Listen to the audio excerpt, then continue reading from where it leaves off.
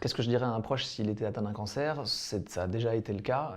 Mon premier réflexe, c'est vraiment l'acupuncture. Quand j'ai commencé la chimiothérapie, j'avoue que j'étais extrêmement angoissée. Et quelque part, on sait que la chimio va vous rendre malade quelque part pour vous guérir. Des vomissements, des insomnies, des douleurs, de la fatigue. Parce que je me suis dit, ce que j'ai vécu 3 semaines, honnêtement, dans les enfers, enfin, je rentre pas dans les détails, mais Le diable est devant nous. J'ai pas la chimiothérapie, ça reste quelque chose de très chimique, mais il y a une complémentarité avec d'autres médecines, que ce soit l'homéopathie, mais notamment beaucoup l'acupuncture.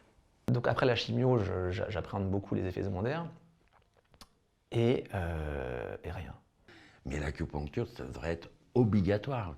Je veux dire, c'est un préalable à la chimio, quoi. J'imagine même pas comment c'est possible encore aujourd'hui de séparer les choses, alors qu'elles peuvent être que complémentaires en fait.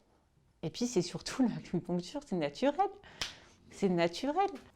Je pense qu'il y a une très grande ignorance, une très grande méconnaissance en général dans le système français de ce que peuvent apporter ces autres approches. Parce qu'il y a plein de patients qui sont pas au courant que ça existe, donc c'est plutôt aux médecins, enfin aux hématologues et aux oncologues d'en parler aux patients. Et il est fondamental que cette technologie, ce savoir soit transmis partout. Ça devrait être obligatoire dans le permis d'être médecin oncologue. Mais encore une fois, il faut qu'il y ait des études pour qu'ils puissent le promouvoir, il faut qu'il y ait des études qui puissent attester que oui, ça marche dans 30% des cas et que ça fait vraiment du bien. Moi, je l'ai vécu que sur mon cas personnel, mais j'ai vraiment fait le grand écart entre j'ai eu 0 effet secondaire, j'ai pas vu d'acupuncture, je les ai tous eus.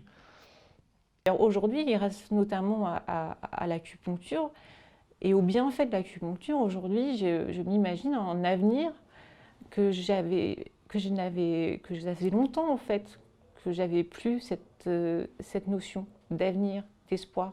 J'ai l'impression que le cancer n'aime pas trop l'amour.